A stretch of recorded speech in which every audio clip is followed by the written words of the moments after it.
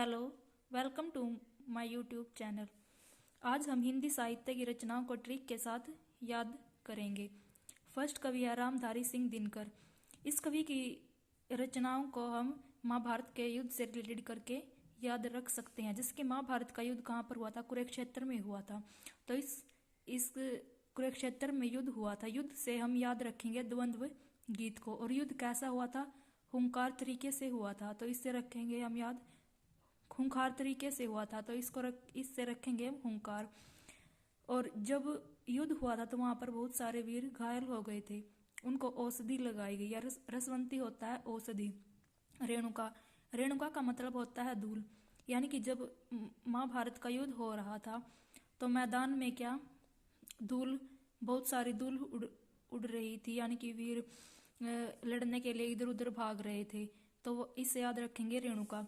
रश्मि रथी, रश्मि क्या होता है? सूर्य की किरण होती है। यानी कि दिन, दिन से हम याद रखेंगे रश्मि रथी, यानी कि सूर्य की किरण होती है। दिन से हम याद रखेंगे धूप और धुआं, यानी कि धूप दिन के टाइम थी। उर्वशी था, यानी कि पुराने समय में जो रानियां थी उनको क्या बोला जाता था? उर्वशी। महाभारत के काल के टाइम में द्रौपदी थी, जैसे उसको क्या बोलते थे? उर्वशी। तो ये क्या है? इससे हम याद रखेंगे उर्वशी को। फिर इतिहास, महाभारत काल का युद्ध इतिहास में दर्ज है। तो रामधारी सिंह दिनकर की रचनाएं हैं दिल्ली, कुरुक्षेत्र, द्वंद्व गीत, हुंकार, रसवंती, रेणुका, रश्मिरथी, धूप और धुआं, उर्वशी, इतिहास के आंसू। दिल्ली को हम ऐसे याद रख सकते हैं कि पुराने समय में जो दिल्ली थी वो इंद्रप्रस्थ थी, पांडवों की राजधानी। गजानन माधव मुक्तिबोध, जो माधव है उसका पर्यायवाची क्या होता है? श्री कृष्ण को हम क्या बोलते हैं? माधव बोलते हैं। तो जब श्री कृष्ण ने बहुत सारी माटी खाई थी तो यशोदा माँ ने मुंह खुलवा कर देखा तो यशोदा माँ को बहुत बड़ा ब्रह्मांड, पूरा का पूरा ब्रह्मांड दिखाई दिया था। तो इससे याद रखेंगे कि धूल, धूल क्या? मिट्टी। और चांद, यानी कि उसके मुंह में दिखाई दिया था, श्री कृष्ण के मुंह में। तो ऐसे इससे याद रखेंगे चांद का मुंह टेढ़ा। भूरी भूरी खाक धूल, चांद का मुंह टेढ़ा है। किसके है? गजानन माधव मुक्तिबोध के हैं। नेक्स्ट कवि है हमारे हरिवंश राय बच्चन। इसकी को ट्रिक से याद रखेंगे कि एक लड़की है, मधु नाम की एक लड़की है, उसने क्या है? सतरंगी, सतरंगी यानी कि 7 रंगों की एक फूलों की एक छोटी सी माला बनाई है, यानी कि निर्माण किया। और क्या? और उसको हरि यानी कि भगवान को बोलते हैं, और उसके गले में उसको डालकर क्या उसकी आरती उतारी है। तो इसे मधु से याद रखेंगे मधुशाला, मधुवाला, मधु कलश। सतरंगी से हम याद रखेंगे सतरंगिनी, यानी कि 7 रंगों की एक माला बनाई थी फूलों की। फूलों से हम याद रखेंगे खाकी के फूल। फिर एक से हम याद रखेंगे एकांत संगीत। मीनी, मीनी यानी कि छोटी, मीनी से हम याद रखेंगे यामिनी, मीनी इसमें साउंड आ रही है ना मीनी की, तो इसे हम याद रखेंगे मिलन, यामिनी। माला से हम याद रखेंगे सूत की माला। निर्माण से याद रखेंगे नीड का निर्माण। हरि से हम याद रखेंगे हरिवंश राय बच्चन जी को।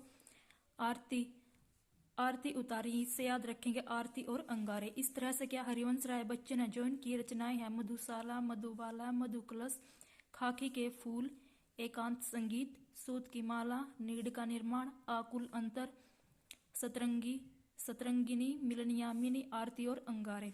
नेक्स्ट है हमारी सुभद्रा कुमारी चौहान। इसकी जो रचनाएं हैं उसमें क्या उत्साह भरी होती है। मतलब इसकी रचनाओं में क्या है?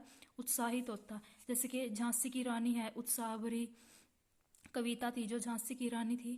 फिर ये झंडे की इज्जत, ये भी क्या उत्साहित करने वाली कविताएं होती हैं। तो सुभद्रा कुमारी चौहान की रचनाएं हैं झांसी की रानी, झंडे की इज्जत में। फिर नेक्स्ट है केदारनाथ अग्रवाल। केदारनाथ अग्रवाल को हम ऐसे याद रख सकते हैं कि जब केदारनाथ में जब क्या बादल फटा था, केदारनाथ में क्या बादल फटा, तो गंगा में बाढ़ आ गई थी। तो केदारनाथ में क्या था? बादल फटा। तो इससे हम याद रखेंगे नींद के बादल।